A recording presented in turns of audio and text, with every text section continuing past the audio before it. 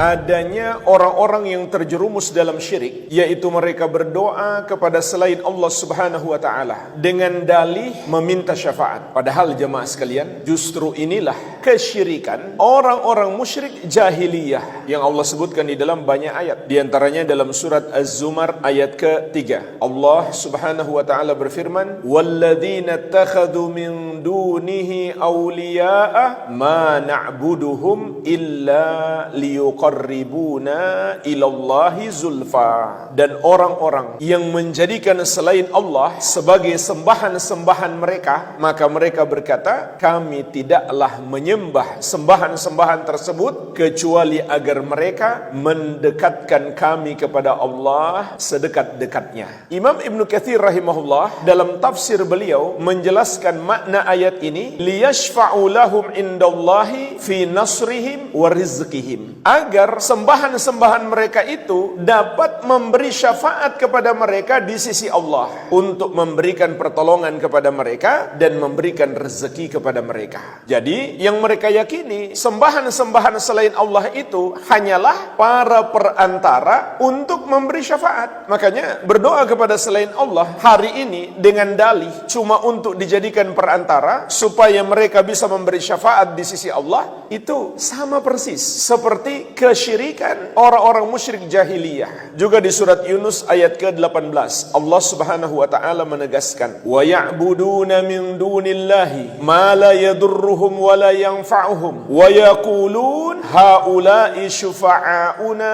indallah. Dan mereka beribadah kepada selain Allah apa yang tidak dapat menimpakan mudarat kepada mereka, tidak pula dapat memberi manfaat. Dan mereka mengetahui yang mereka sembah itu memang gak bisa menimpakan mudarat, tidak pula bisa memberi manfaat. Lalu apa harapan mereka? Wa yaqulun, mereka berkata, haula'i syufa'auna indallah, sembahan-sembahan kami itu adalah para pemberi syafaat untuk kami di sisi Allah Subhanahu wa taala. Jadi mereka menyembah selain Allah di antaranya dengan cara berdoa. Karena Rasulullah sallallahu alaihi wasallam bersabda, ad-du'a huwal ibadah. Doa itu adalah ibadah. Maka berdoa kepada selain Allah sama dengan menyembah kepada selain Allah Subhanahu wa taala. Namun mereka meyakini sembahan-sembahan itu hanya perantara, hanya untuk memberi syafaat kepada mereka agar dapat pertolongan Allah Subhanahu wa taala. Tetap saja Allah tidak menerima alasan mereka. Mereka tetap dihukumi sebagai orang-orang musyrik. Sayangnya ada sebagian umat Islam hari ini mereka berdoa kepada Nabi Muhammad sallallahu alaihi wasallam, baik berdoa secara umum atau secara khusus meminta perlindungan ataupun meminta syafaat, ataupun dengan kata-kata yang gulu, yang berlebihan, seakan-akan Nabi sallallahu alaihi wasallam yang maha mampu mengabulkan doa, melindungi dan menetapkan mereka berhak mendapatkan syafaat. Seperti dalam syair Al-Busiri yang dinamakan syair Burdah, ya akramal khalqi mali man aludhu bihi siwak inda hululil hadithil amim. Wahai makhluk yang paling mulia, maksudnya Nabi Muhammad sallallahu alaihi wasallam,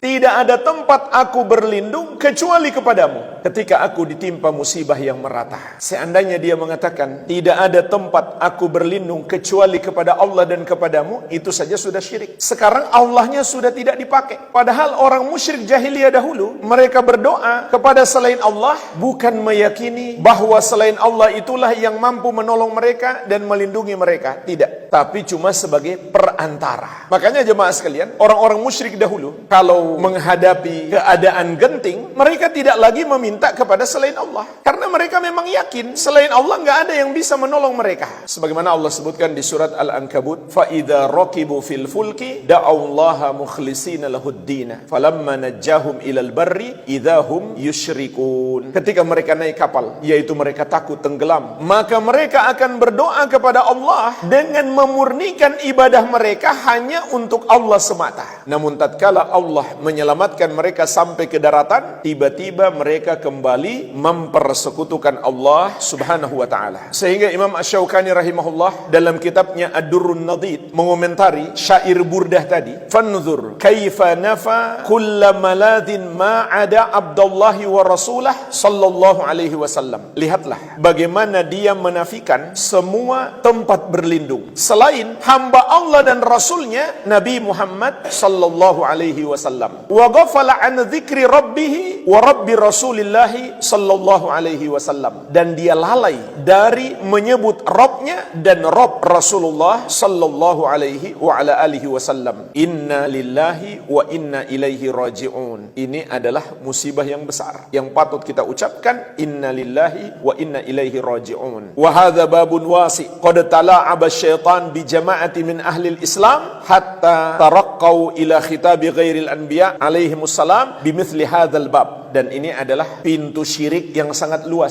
Setan mempermainkan sebagian umat Islam sampai akhirnya mereka pun memanggil selain para nabi alaihimussalam dengan panggilan seperti ini, yang awalnya cuma ditujukan kepada para nabi. Lama-kelamaan berkembang. Mereka memanggil, mereka berdoa kepada selain para nabi dan rasul. Wa dakhalu minasyirki fi abwabin bikathirin minal asbab. Maka mereka pun terjerumus dalam syirik dalam banyak bentuknya dengan banyak sebabnya. Jadi beliau tegaskan ini adalah termasuk kesyirikan. Tapi mereka berdalih itu kan cuma kata-kata syair, di mana kata-kata syair itu hanyalah majaz. Maka kita katakan jemaah sekalian, tidak semua kata syair itu majaz. Dan untuk menyatakan suatu kalimat itu majaz bukan hakiki, mesti ada dalilnya, mesti ada qarinahnya. Dan ulama sepakat pada dasarnya berbahasa itu dimaknai secara hakiki, bukan secara majaz, bukan hanya kata kiasan, kecuali kalau ada dalil yang menunjukkan bahwa yang dia maksud adalah kata kiasan. Dan juga yang paling penting dipahami, meskipun hanya kata-kata majaz, tidak dibenarkan apabila mengandung kesyirikan. Berbuat syirik hanya satu kondisi, seseorang diberi uzur, tidak dihukumi musyrik. Kapan itu? Ketika dia dipaksa. Itu pun masih dengan syarat. Syarat pertama, paksaan itu adalah ancaman berat yang dia tidak bisa lepas darinya. Seperti diancam ditembak mati misalkan, atau dihilangkan anggota tubuhnya, atau dibunuh keluarganya. Kalau cuma diancam, dikurangi gajinya, atau dipecat dari pekerjaan, itu ancaman ringan. Tidak masuk kategori yang membolehkan seseorang berbuat syirik dan kufur. Syarat yang kedua, hatinya tetap beriman, hatinya menolak perbuatan itu. Kalau hatinya setuju, maka dia kafir. Karena hati nggak mungkin dipaksa. Sebagaimana firman Allah Subhanahu wa taala dalam surat An-Nahl, "Illa man ukriha wa qalbuhu mutmainnum bil iman." Kecuali orang yang dipaksa untuk melakukan kekafiran, maka dia tidak kafir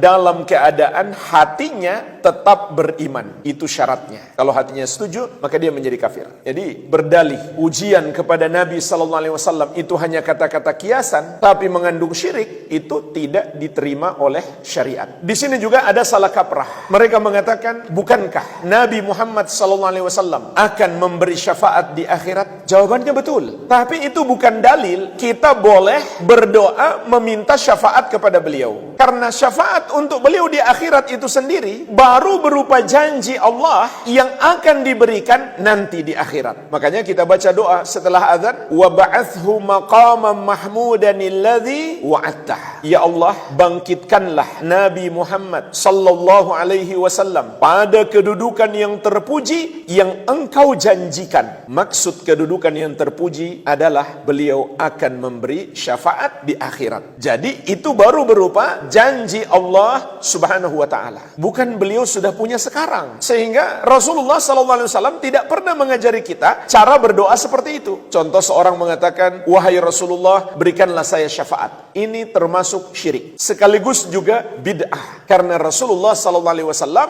tidak pernah mengajari cara berdoa seperti itu. Ditambah lagi, Al-Qur'an menegaskan orang-orang yang sudah wafat tidak mendengar doa kita. Sehingga orang yang berdoa kepada Nabi sallallahu alaihi wasallam seakan-akan dia menganggap Nabi sallallahu alaihi wasallam sami'ud du'a, maha mendengar doa seperti Allah. Padahal Allah Subhanahu wa taala menegaskan, "Innaka la tusmi'ul mauta." Kamu tidak dapat memperdengarkan kepada orang-orang yang sudah wafat. "Wa ma anta bimusmi'im man fil kubur." Dan kamu tidak dapat memperdengarkan kepada mereka yang sudah berada di dalam kubur. Makanya Nabi sallallahu alaihi wasallam pernah bersabda, "Inna lillahi malaikatan sayyahina fil ardi yuballiguni an ummati salam." salam. Sesungguhnya Allah Subhanahu wa taala memiliki para malaikat yang berkeliling di muka bumi untuk menyampaikan salam dari umatku. Jadi Nabi sallallahu alaihi wasallam tidak punya kemampuan untuk mendengarkan salawat dan salam yang ditujukan kepada beliau. Sehingga Allah Subhanahu wa taala menugaskan para malaikat khusus untuk menyampaikan salam itu kepada Nabi Muhammad sallallahu alaihi wa ala alihi wasallam. Sebagian orang juga berdalil dengan hadis tentang manusia minta syafaat para nabi di hari kiamat kelak. Yang awalnya mereka datang kepada Nabi Adam, kemudian kepada Nabi Nuh, lalu Ibrahim, Musa, dan Isa alaihim afdhalus salati wassalam. Tapi semuanya menolak karena merasa tidak berhak, dan sebagiannya karena merasa punya kesalahan sehingga merasa tidak pantas. Pada akhirnya mereka datang kepada Nabi Muhammad sallallahu alaihi wa ala alihi wasallam untuk meminta syafaat beliau. Maka jemaah sekalian, ini adalah kias ma'al farid. Mereka mengkiaskan kehidupan di dunia dan kehidupan di akhirat. Mereka mengkiaskan Nabi sallallahu alaihi wasallam yang sudah wafat di dunia ini dengan Nabi sallallahu alaihi wasallam yang Allah sudah bangkitkan lagi di akhirat kelak.